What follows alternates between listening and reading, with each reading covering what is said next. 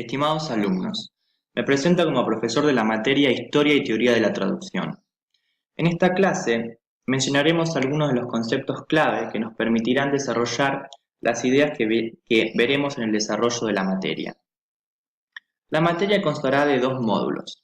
En el primer módulo abordaremos el concepto de la traducción, sus principios básicos, su clasificación en tipos y clases, su definición y delimitación, la importancia del estudio de la historia de la traducción, las modalidades de traducción, el concepto de equivalencia, equivalencia semántica, comunicativa y translémica, el concepto de competencia traductora, las diferencias entre la traducción literaria y la traducción técnica, los conceptos de sentido connotativo y referencial, la tarea del traductor, la noción de fidelidad, los conceptos de domesticación y extranjerización, los límites de la traducción, las diferentes tipologías textuales y la traducción automática. En este momento quiero detenerme en la importancia de la historia de la traducción. ¿Por qué estudiar la historia de la traducción? Bueno, la traducción ha sido un pilar esencial en el desarrollo de las civilizaciones y su estudio nos permitirá desentrañar nuestra profesión. Por eso, estudiaremos algunos de los hitos en el desarrollo de nuestra profesión, los hitos más importantes, la evolución de las historias de traducción, todo ello con un fin instrumental, según indica Lefebvre, para extraer principios, regularidades a partir de ciertas categorías. En primer lugar, la categoría de autoridad. Autoridad del autor del texto, de la cultura receptora, de quien encarga la traducción y del traductor. En segundo lugar, la categoría de confianza, que es la confianza que tiene el lector en el traductor. Una categoría que va variando a través del tiempo y se relaciona con la categoría de imagen, que es la imagen que proyecta la traducción del original, de su autor, de su literatura y de su cultura. En el módulo 2 abordaremos la traducción como acto intercultural. Mencionaremos las teorías de índole funcionalista y la teoría del scopus. Mencionaremos las funciones comunicativas de la traducción, el concepto de encargo de traducción, la teoría de la recepción, la calidad de la traducción literaria, la interpretación, el significado y las pérdidas y las ganancias en la traducción, los aspectos del lenguaje y la traducción de Steiner, la adecuación en la traducción, el concepto de invisibilidad del traductor según Venuti, el concepto de polisistemas y la traducción y la posmodernidad. ¿Cómo abordar el estudio de las teorías de traducción?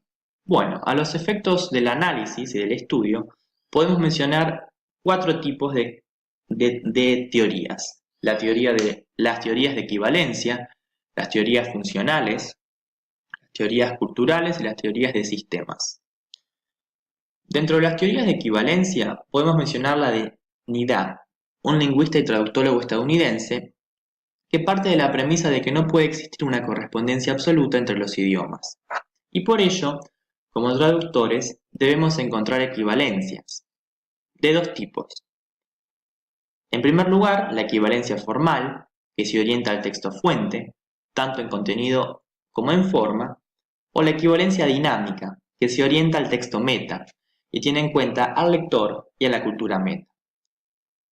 A su vez, dentro de las teorías funcionales, que conciben a la traducción como una acción, podemos mencionar la teoría del scopus de Vermeer y de Reis, que utilizan el término técnico scopus para dar cuenta del propósito, del fin y de la traducción entendida como acción. Pero ¿cuál es la función de la traducción? ¿Cómo la delimitamos?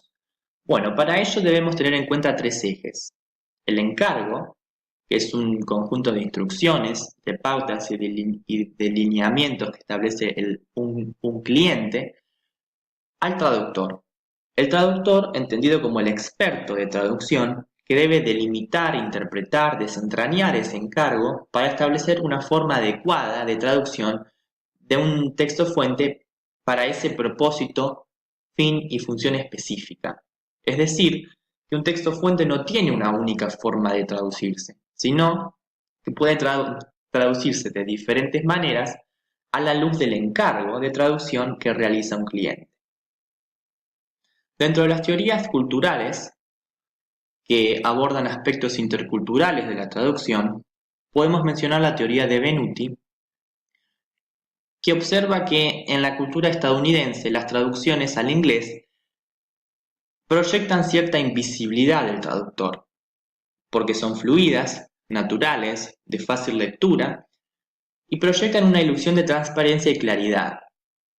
Esto lo llamó domesticación, es decir, orientar el texto a la cultura del texto meta para que el traductor sea prácticamente invisible, o el concepto de extranjerización que lo contrapone con la domesticación, que es precisamente lo opuesto, orientar el texto fuente a la cultura del texto fuente.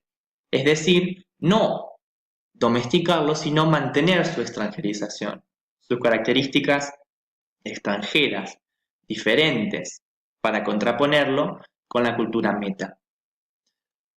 Dentro de las teorías de sistemas, podemos mencionar la teoría de polisistemas de Itamar Ebensoar, que corresponde al ámbito de la traducción literaria, que según el académico opera como polisistema. Polisistema entendido como un conglomerado heterogéneo de sistemas que interactúan entre sí. Así, veremos cómo interactúan esos sistemas y cómo influye esa interacción en la selección de obras para la traducción y en la influencia de los sistemas afines en las normas, la conducta y las políticas pertinentes a la traducción. Como conclusión, podemos volver al concepto del Lefebvre de fin instrumental para relacionar la historia y las teorías de la traducción a los fines prácticos de la traducción, es decir, partir de la teoría y del estudio de la historia de la traducción para ver cómo tanto teoría como historia tienen un fin práctico para nuestra profesión. Nos encontramos en la próxima clase. Saludos.